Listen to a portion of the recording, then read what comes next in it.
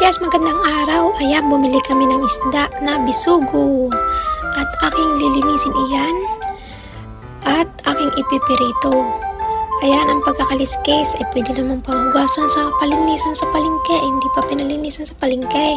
Kaya pag kayo bibili ng isda, magpapalinis kayo sa palengke. Para hindi na nahihirapan ang inyong kumyan. Ayan, ang katulungan naman. Ayan, tapos linis, pirito natin.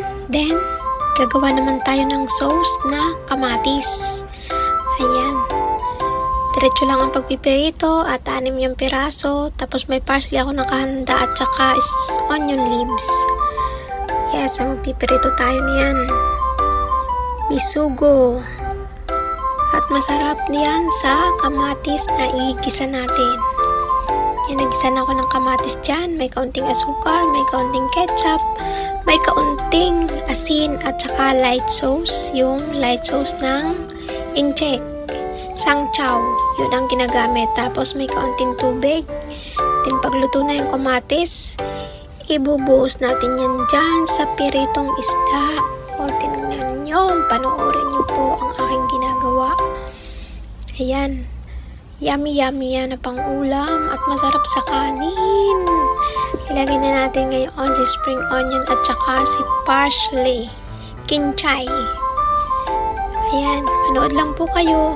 At ganyan lang po ang gawa namin sa piritong bisugo.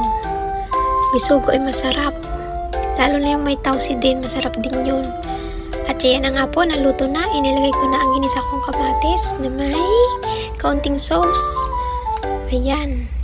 At tayo ay kakain na. Masarap yan.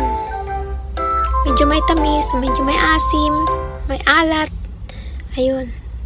Tapos konti lang asin ng bisugo ng isda. Masarap yan sa bisugo. Ewan ko lang sa ibang isda, pero sa bisugo lang namin ginagawa. At maraming salamat sa inyong panunood.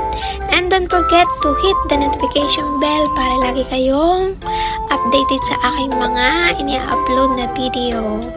Hit the subscribe, like, comment, and share. Babu! Thank you so much sa pag-nood.